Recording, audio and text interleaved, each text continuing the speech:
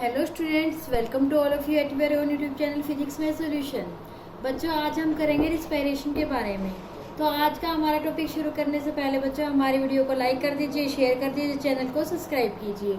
और बच्चों, टॉपिक शुरू करने से पहले मैं एक बात आपको बता देती हूँ।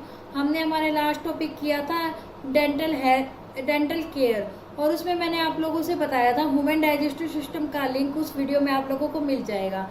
तो अभी अगेन रिपीट कर रही हूँ बच्चों, जिन बच्चों को ह्यूमन डाइजेस्टिव सिस्टम की वीडियो देखनी हो तो वो ह्यूमन डेंटल केयर वाले टॉपिक की डिस्क्रिप्शन बॉक्स में जाकर उसकी वीडियो के डिस्क्रिप्शन बॉक्स में जाकर उसमें लिंक पर क्लिक करके देख सकते हैं। चलिए बच्चों, तो शुरू करते हैं हमारा आज का टॉपिक रिस्पायरेशन बच्चों, अभी तक हमने पढ़ा है डाइजेशन के बारे में, फूड के बारे में।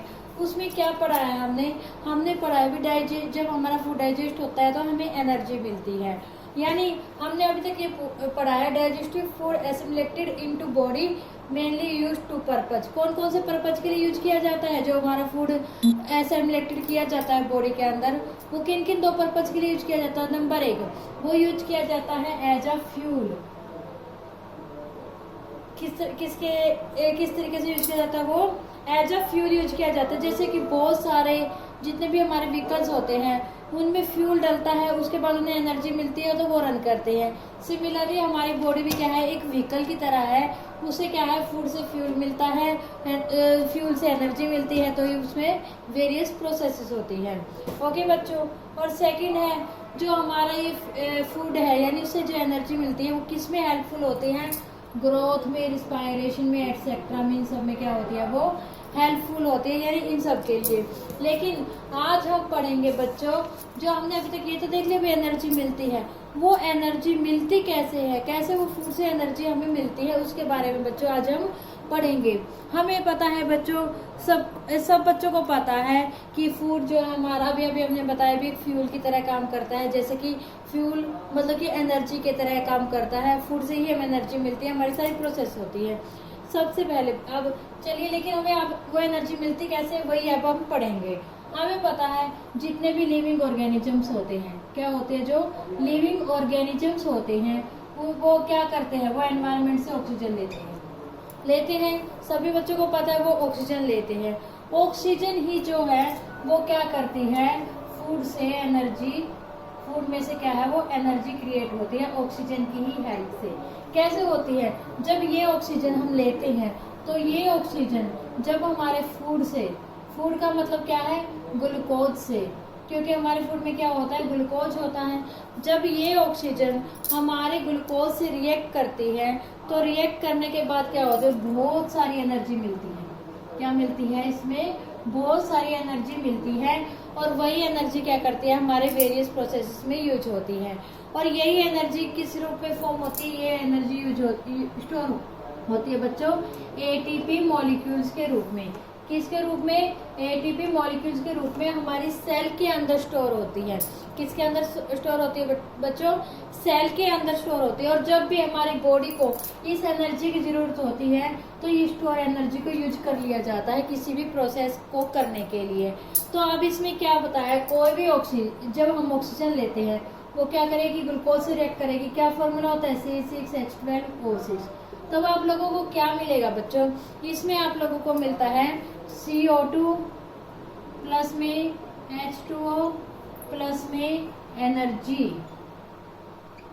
एनर्जी स्टोर की जाती है वो कि इसमें एटीपी मॉलिक्यूल्स के रूप में माइटोकॉन्ड्रिया में। और जो ये दो प्रोडक्ट हो गए, ये बच्चों मेनली माने जाते हैं वेस्ट प्रोडक्ट है। क्या है? इस प्रोसेस में जो बने हैं वो वेस्ट प्रोडक्ट है। मेनली जो CO2 है वो वेस्ट प्रोडक्ट है, क्योंकि इसे तो हमें हमारी बॉडी से निकालना ही पड़ता है। आप लोगों को पता है ना, हम ऑक्सीजन लेते हैं और CO2 छोड़ते हैं, ये वही प्रोसीजर है। वाटर है, वाटर फिर भी थोड़ा बहुत यूज हो जाता है, लेकिन थोड़ा बहुत ये भी एक्सक्रीट करना पड़ता है।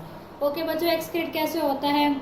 एक्सक्रीट बाय यूरिन, या फिर हम कह सकते हैं बाय स्वेट, यानी हमें जो पसीना आता है उससे भी क्या होता है? एक्सक्रीट हो जाता है, जो हमारी वेपोरेशन वाली प्रोसेस होती है। ओके बच्चों, अब इन्होंने क्या कहा है, जो एक तरह से हमारी रिस्पायरेशन की डेफिनेशन क्या बन गई बच्चों? रिस्पायरेशन क्या बन गई हमारी डेफिनेशन? रिस्पायरेशन की डेफिनेशन बन गई process of releasing energy, process of releasing energy from food. ये तो हमें पता लग ही गया ना, फूड से किस तरह से एनर्जी रिलीज होती है। Process of releasing energy from food by using, क्या होगा, बाय यूजिंग ऑक्सीजन। वो क्या कहलाता है बच्चों, वो कहलाता है रिस्पायरेशन। एक तरह से हम इसको कह सकते हैं, the process of respiration involves taking oxygen using it for releasing energy, using it for releasing energy by burning food. Process of taking oxygen, oxygen ली बाय यूजिंग इट, यानी इस ऑक्सीजन को यूज किया किसमें, रिलीजिंग एनर्जी, एनर्जी को release करने में, from food, food से एनर्जी को रिलीज करने में यूज किया गया। लेकिन फूड से एनर्जी कैसे रिलीज हुई, बाय बर्निंग, बाय बर्निंग। यहाँ पे हमने बाय बर्निंग क्यों कहा बच्चों, क्योंकि हमें पता है जब ऑक्सीजन की किसी से रिएक्शन होती है, ऑक्सीजन का मतलब क्या है, वो उसको जला रहा है। यानी अब कहीं पे भी आप लोगों के लगा लीजिए फायर करने हैं, तो वहां पे भी क्या होता है, ऑक्सीजन की जरूरत होती है। ओके बच्चों, यानी एक तरह से क्या है, फूड को बर्न करके, बर्न का मतलब ये नहीं उसमें आग लगा देना, यहाँ पे एक तरह से उसकी डाइजेशन की सारी प्रोसेसेस आती है। यानी इस फूड के अंदर जो भी मटेरियल होता है उसकी रिएक्शन क्या होती है, ग्लूकोज की रिएक्शन ऑक्सीजन से होती है, जिससे क्या होता है, एनर्जी रिलीज होती है। और इसमें हमारे साइड प्रोडक्ट यानी वेस्ट प्रोडक्ट क्या बनते हैं, CO2 एंड H2O। और ये सारी प्रोसेस किसके अंदर होती है बच्चों, ये होती है सेल के अंदर, इसलिए इसे हम सेलुलर रिस्पायरेशन भी बोल देते हैं, सेलुलर रिस्पायरेशन या सेलुलर प्रोसेस भी बोल देते हैं। और ये जितने भी लिविंग ऑर्गेनिजम्स होते हैं ना बच्चों, सबके लिए क्या होती है, सेम होती है। ओवरऑल हम ये कह सकते हैं, respiration is very essential for life, is very essential for life. जो हमारा रिस्पायरेशन है वो हमारी लाइफ के लिए बहुत ही ज्यादा एसेंशियल है। ओके बच्चों, क्योंकि इसके द्वारा ही क्या होता है, जो हम फूड खाते हैं उस फूड को बर्निंग के द्वारा, उस फूड को बर्न करके ही क्या करता है, वो एनर्जी क्रिएट करता है। अब बच्चों ब्रेथिंग और रिस्पायरेशन, इसमें आप लोगों को थोड़ी सी प्रॉब्लम होती होगी। ब्रेथिंग और रिस्पायरेशन तो एक ही बात है, लेकिन बच्चों इनमें हल्का सा डिफरेंस आता है। ब्रेथिंग और रिस्पायरेशन में थोड़ा सा डिफरेंस आता है। ब्रेथिंग जो होती है बच्चों, ब्रेथिंग हमारे मोस्टली लंग्स से रिलेटेड होती है। किससे होती है, लंग्स से रिलेटेड।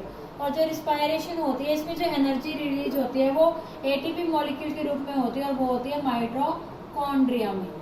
इसमें होती है माइटोकॉन्ड्रिया में। मेनली इनमें यही डिफरेंस है।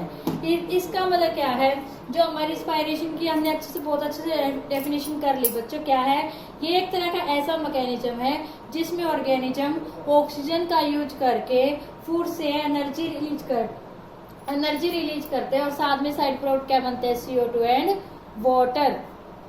ओके बच्चों, आई बात समझ में। इसका मतलब जो हमारा मेन पर्पज है रिस्पायरेशन का, वो क्या है, एनर्जी को रिलीज करना।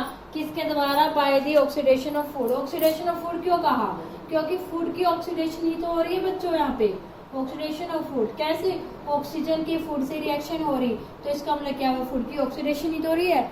क्या हो रही है, फूड की ऑक्सीडेशन हो रही है, मेनली ग्लूकोज मॉलिक्यूल की।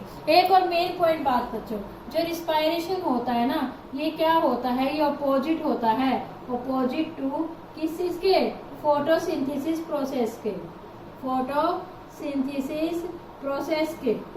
क्यों होता है, इसमें तो बच्चों ऑक्सीजन ली जाती है और CO2 छोड़ी जाती है। इसमें क्या है बच्चों, इसमें CO2 ली जाती है और ऑक्सीजन छोड़ी जाती है। जो मेन पॉइंट है इनका वो यही है। इसमें क्या होता है, ऑक्सीजन ली जाती है और CO2 छोड़ी जाती है, और इसमें क्या है, CO2 ली जाती है और ऑक्सीजन छोड़ी जाती है। आई होप बच्चों आप लोगों को हमारा आज का टॉपिक रिस्पायरेशन बहुत अच्छे समझ में आ गया होगा। तो कोई भी डाउट हो तो कमेंट सेक्शन में कमेंट करके पूछ सकते हैं। और बच्चों अगर आपको हमारी आज की वीडियो अच्छी लगी हो तो हमारी वीडियो को लाइक कीजिए, शेयर कीजिए, चैनल को सब्सक्राइब कीजिए और बेल आइकन दबाना ना भूलें, ताकि आपको हमारी आने वाली नेक्स्ट वीडियो जिसमें हम करेंगे रिस्पायरेशन के दौरान जो एनर्जी रिलीज होती है वो स्टोर कैसे होती है ATP के रूप में, उसके बारे में पढ़ेंगे बच्चों। तो तब तक के लिए good bye and take care बच्चों। Thank you so much.